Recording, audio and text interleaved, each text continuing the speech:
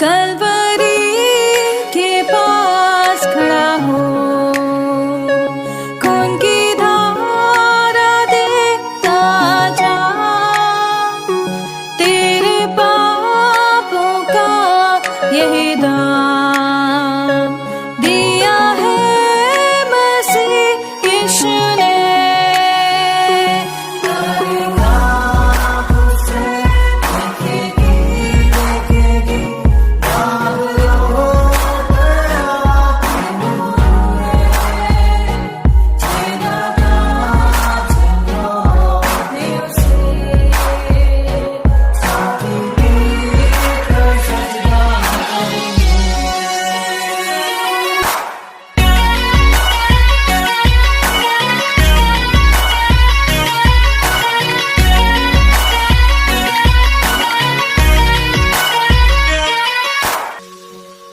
ये हुआ सब तेरे लिए, तूने भी उसे छेड़ा था,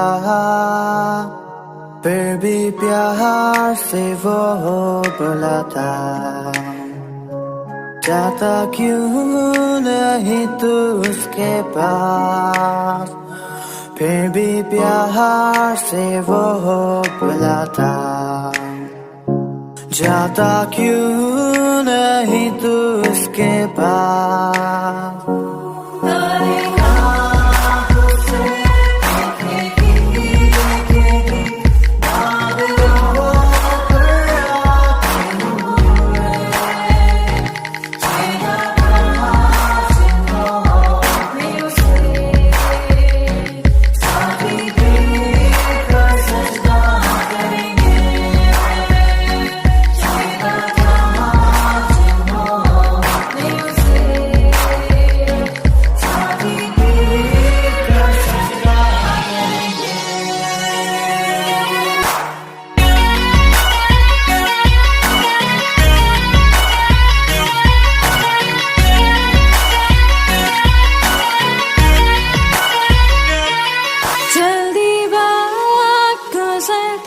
चाहता है, रात अंधेरी आती है, तौबा कर दरवाजा होगा बंद, कुछ ना होगा वे पछताने से,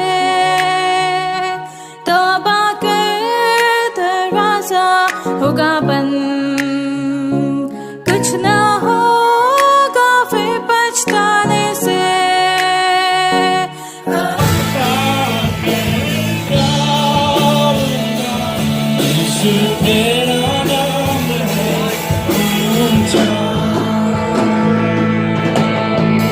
सारी सृष्टि पर तेरा पिता,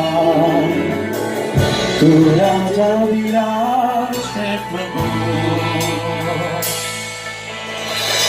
उससे है जमीन, उससे आसमान।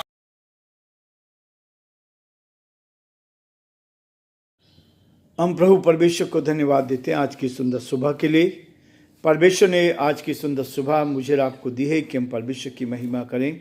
प्रियो, मैं आप सभी का स्वागत और वेलकम करता हूं living Christian movement fellowship ministry Jaipur Rajasthan में।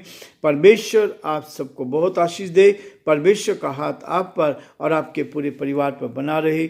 ये हमारी प्रार्थना, ये हमारी दुआ है कि आप परमेश्वर के साथ साथ आगे बढ़ते जाएं और परमेश्वर की महिमा करते चले जाएं। प्रियो, परमेश्वर हमें ये मौका देता है कि हम हर दिन परमेश्वर के साथ बैठकर उसकी महिमा करें और अलग अलग प्रदेश के लोग परमेश्वर की महिमा कर रहे हैं। आज सुबह ही मुझे मौका मिला कि महाराष्ट्र के कुछ जिलों के लिए प्रार्थना करने का मौका दिया और करीबन 1 घंटे से हम लोग प्रार्थना कर रहे थे परमेश्वर की महिमा के लिए। और प्रभु का धन्यवाद करते हैं कि महाराष्ट्र, राजस्थान, इस प्रदेशों के लिए हम लोग प्रार्थना करें ताकि परमेश्वर हमें और अधिक आशीष दे और हम एक दूसरे के लिए प्रार्थना करना ना छोड़ें। और यही है प्रार्थना। नेहमाया का जीवन एक ऐसा जीवन था जिसने परमेश्वर के साथ में दुख के साथ, तकलीफ के साथ प्रार्थना की और परमेश्वर ने उसकी प्रार्थनाओं का उत्तर दिया।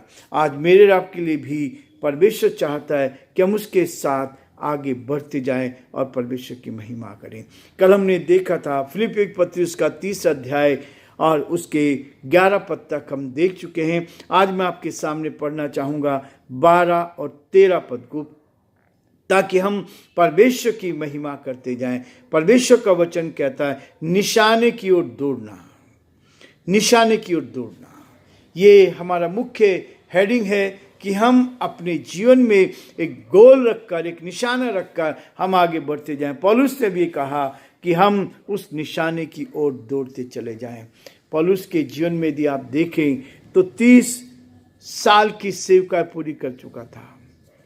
अपने जीवन में 30 वर्ष तक सेवा करने के बाद पौलुस कहता है, इस बात के लिए कहता है, यह मतलब नहीं कि मैं पा चुका हूं या सिद्ध हो चुका हूं, पर उस पदार्थ को पकड़ने के लिए दौड़ा चला जाता हूं जिसके लिए मसीह यीशु ने मुझे पकड़ा था।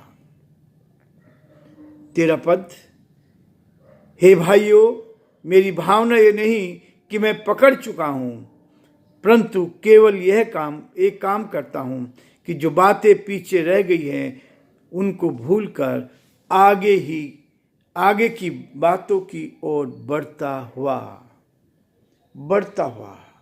14 पद में लिखा, निशाने की ओर दौड़ा चला जाता हूं ताकि वह इनाम पाऊं जिसके लिए परमेश्वर ने मुझे मसीह यीशु में बुलाया है। परमेश्वर अपने इस वचन के पढ़े और सुने जाने पर आशीष दे। परमेश्वर का हाथ हम पर और हम सब पर बना रहे, ताकि हम परमेश्वर के साथ चलकर परमेश्वर की महिमा करते जाएं और जो प्रभु की योजना है उस योजना को अपने जीवन में पूरा करें। जो योजना पौलुस की थी उसको हम पूरा कर सकें। और यही परमेश्वर का वचन मुझे और आपको इस बात के लिए प्रेरित करता है ताकि हम हर दिन उसके साथ आगे बढ़ते जाएं और जो परमेश्वर की इच्छा है उसको अपने जीवन में पूरा कर सकें। हम प्रार्थना करेंगे। जीवते और सच्चे विश्वास के योग्य परमेश्वर, हमारा हृदय आपके प्रति धन्यवाद से भरा हुआ है कि आपने हमें संभाला, आपने हमारी मदद की, सहायता की। आपके अनुग्रह की दृष्टि प्रभु हर कदम पर हमारे साथ रही। हम इसके लिए प्रभु आपको धन्यवाद देते हैं। हम आपकी स्तुति करते हैं, आपकी प्रशंसा करते हैं, हम आपके नाम को सराहते हैं प्रभु कि आज का सुंदर दिन आपने हमें दिया है कि आज के दिन में हम आपकी महिमा कर सकें। आज पूरे दिन भर को पिता परमेश्वर हम आपके हाथ में सौंपते हैं। हमारे सभी श्रोताओं को हम आपके हाथ में सौंपते हैं। हर एक की रक्षा कर, हर एक की मदद कर, हर एक को अपने हाथों में ले, ताकि हर जन आप में सुरक्षित रहे और आपकी महिमा कान बन सके।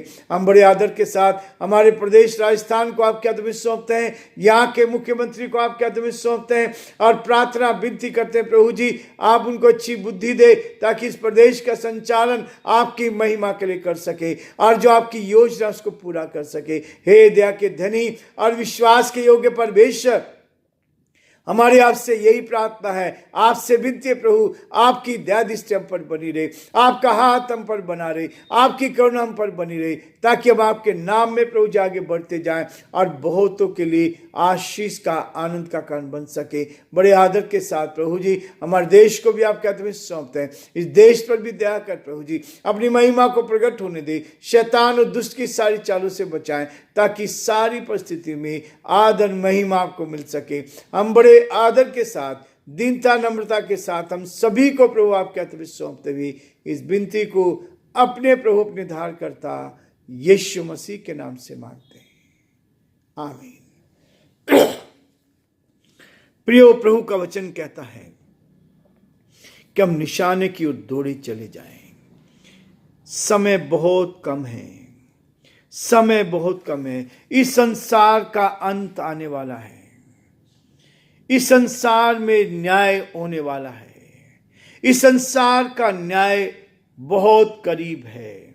इसलिए प्रभु का वचन कहता है और पौलुस इस बात को कह रहा है, निशाने की ओर दौड़ना है। हमारा क्या निशाना है? इस संसार में रहते हुए हम किस गोल को लेकर चल रहे हैं? वो कहता है यह मतलब नहीं कि मैं पा चुका हूं।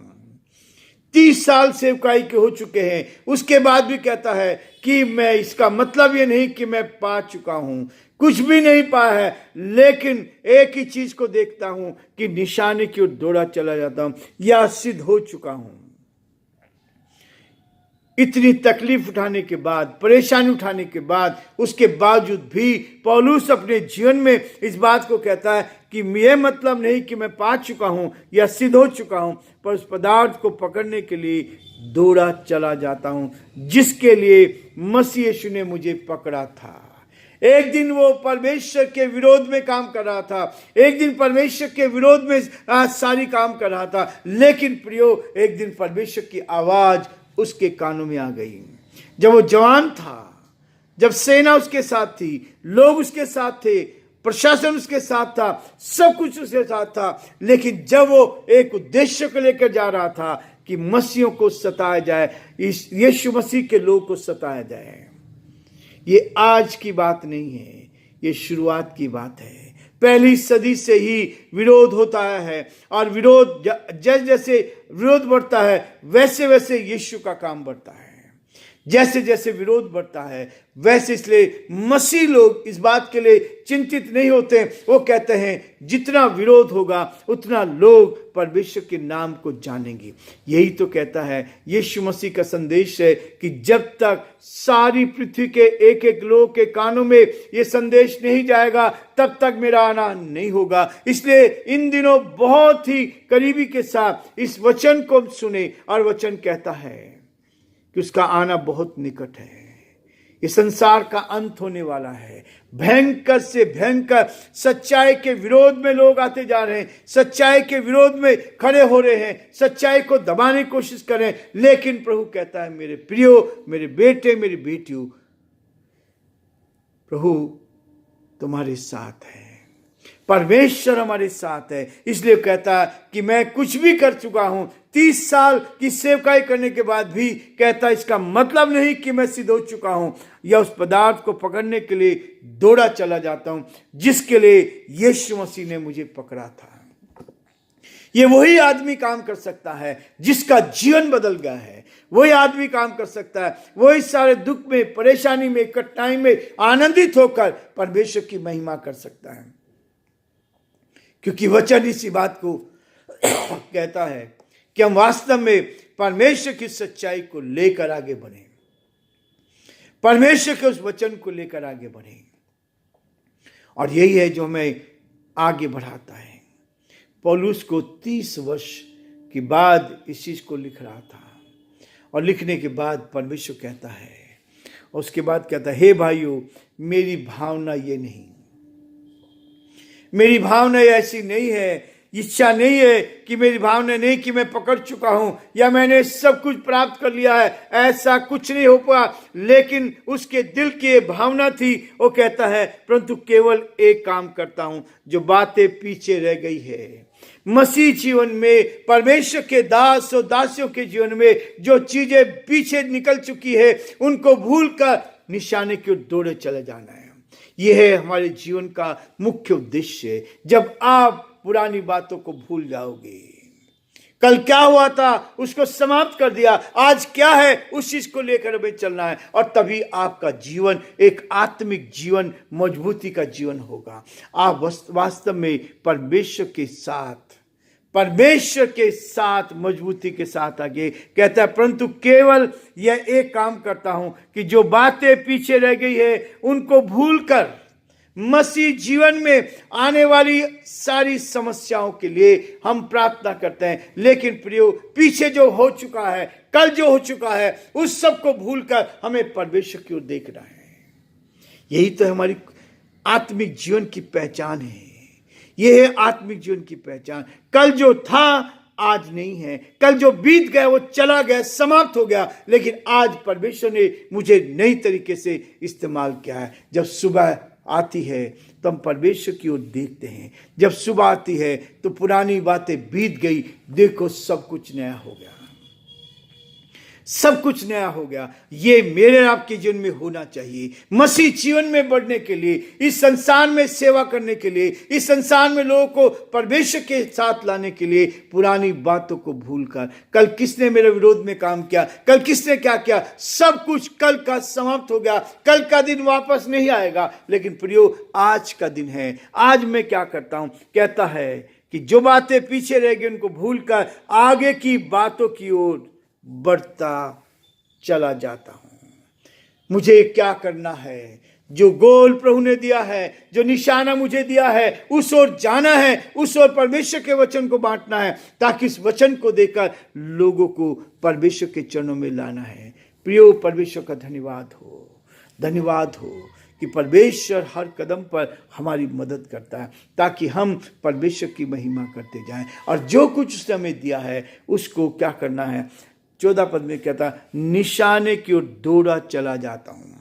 समय बहुत कम है। जैसा मैंने शुरुआत में कहा है, इस संसार का अंत होने वाला है, संसार का अंत आने वाला है। इसलिए प्रियो, परमेश्वर का वचन कहता है पौलुस के माध्यम से, मैं निशाने की ओर दौड़ा चला जाता हूं ताकि वो इनाम पाऊं जिसके लिए परमेश्वर ने मुझे यीशु में ऊपर बुलाया है।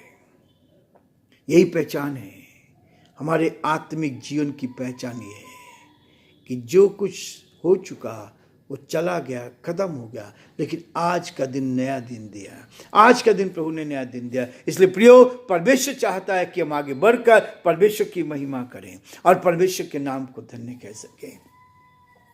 आज हम ये रुकना चाहेंगे, कल फिर से हम आगे बढ़ेंगे ताकि परमेश्वर की महिमा करते जाएं और जो परमेश्वर की इच्छा है उसको अपने जीवन में पूरा करते जाएं। प्रभु आप सबको बहुत आशीष दे और परमेश्वर का हाथ आप पर और आपके पूरे परिवार पर बना रहे।